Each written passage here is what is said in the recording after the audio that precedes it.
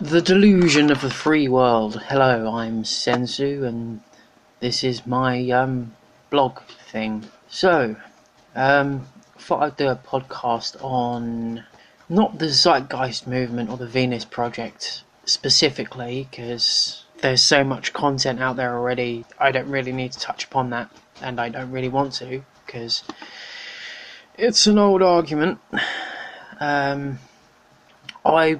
I want to touch upon this whole idea of free versus price, which is it's the thing that interests me personally. The funny thing with groups that have this idea, and it's not just the Zeitgeist movement or the Venus Project or any other projects like that. I mean, this has been tried by Christians for years and years and years and years. This idea of non-profit, of no money being exchanged. And I think it'd be interesting to turn it on its head and see it from a Christian point of view, which is kind of funny since I'm not a fucking Christian.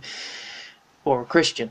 So there are groups, they're predominantly small churches in England that do the same thing, whether it be donation based or pay it forward. Pay it forward is basically, there are so many different names for it, but it's basically a system where a person does a job, and in payment for that job, somebody else does something for that person, which sounds like a common verbal contract to complete a task.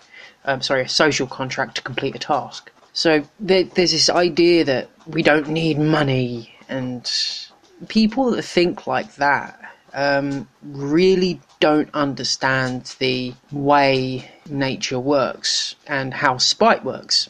We are very unique creatures, but we're not that unique. Very similar to lots of other creatures we share this planet with, we have this thing called spite or survivability, where we will try and have a higher gain so we can compete. When there's no competition, terrible things tend to happen. This is something that hits most things in nature. You know, plants in the floor of a forest have to compete against trees. They do this by changing their nature. With the no money idea, you can't do that, because you've taken the warning sign that says there are trees above you and you can't get sunlight, and you've removed it.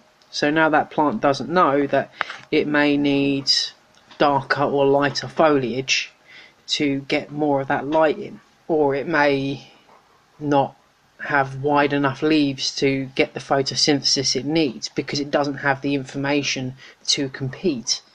So when you take away money, this is what you're doing. You're taking away the information that allows us to compete. You're removing competition. And a lot of people think, oh, that's a great idea. You know, I'm not bumping shoulders with somebody else or some random shit like that. But actually, you need competition. You do need it. Now, lots of people like to run to this whole beta idea that, you know, oh, everything should be peaceful and lovely and utopian. No, there's no such thing as utopia. It's a fucking lie. It's a fantasy, and it's never going to happen. Now, I'll give you an example. I have a printer, and it's shit. I know next year that printer is not going to be sold in the markets, and it's not going to be produced anymore because it's so shit. Now, the company that built that printer know it's shit. So they've stopped building it. Now they know that something in regards to that printer made it shit. They know not to make those printers again. So they can make new printers and take the information, the competition information they've had before, to say, well, don't do it like that because that's shit. You know, so they make a better printer. With a non-monetary... Fuck it. So you can't even say the word. With a society that doesn't have money, you can't do that. There is no way of saying, well, that's shit. Could you do a rating system instead? Yeah. How good are rating systems online that we have already? Not very good. Right. Okay. Why is money better than a rating system?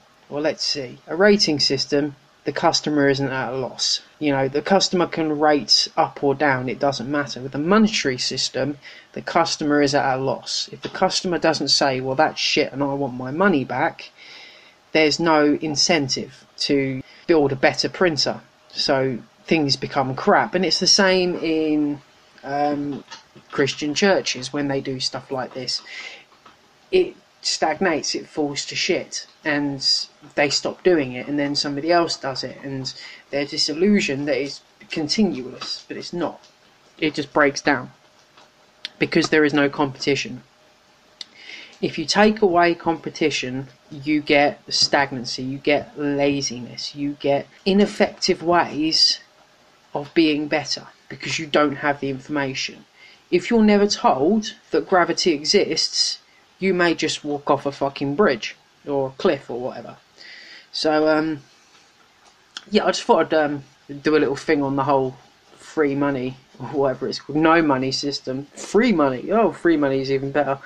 Let's not go there.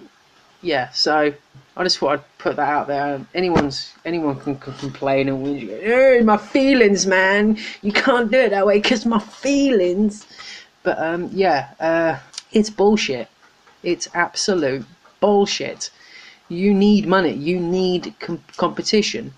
You know, and not to mention the fact that if people can't get their competitive nature, deal with their competitive nature through bartering, then you've got an even bigger problem on your hands. Because if you look at countries and civilizations that have fuck all money, they tend to put their efforts into other things like rape, murder, terrorism, fucked up laws, fucked up religions. Should I continue? Anyway, yeah, I've been Sensu Shade, and this has been a little podcast for my blog, Rusty Dummy, which you can find at www.rustydummy.x10.mx. Have a good evening, morning, midday, or good night.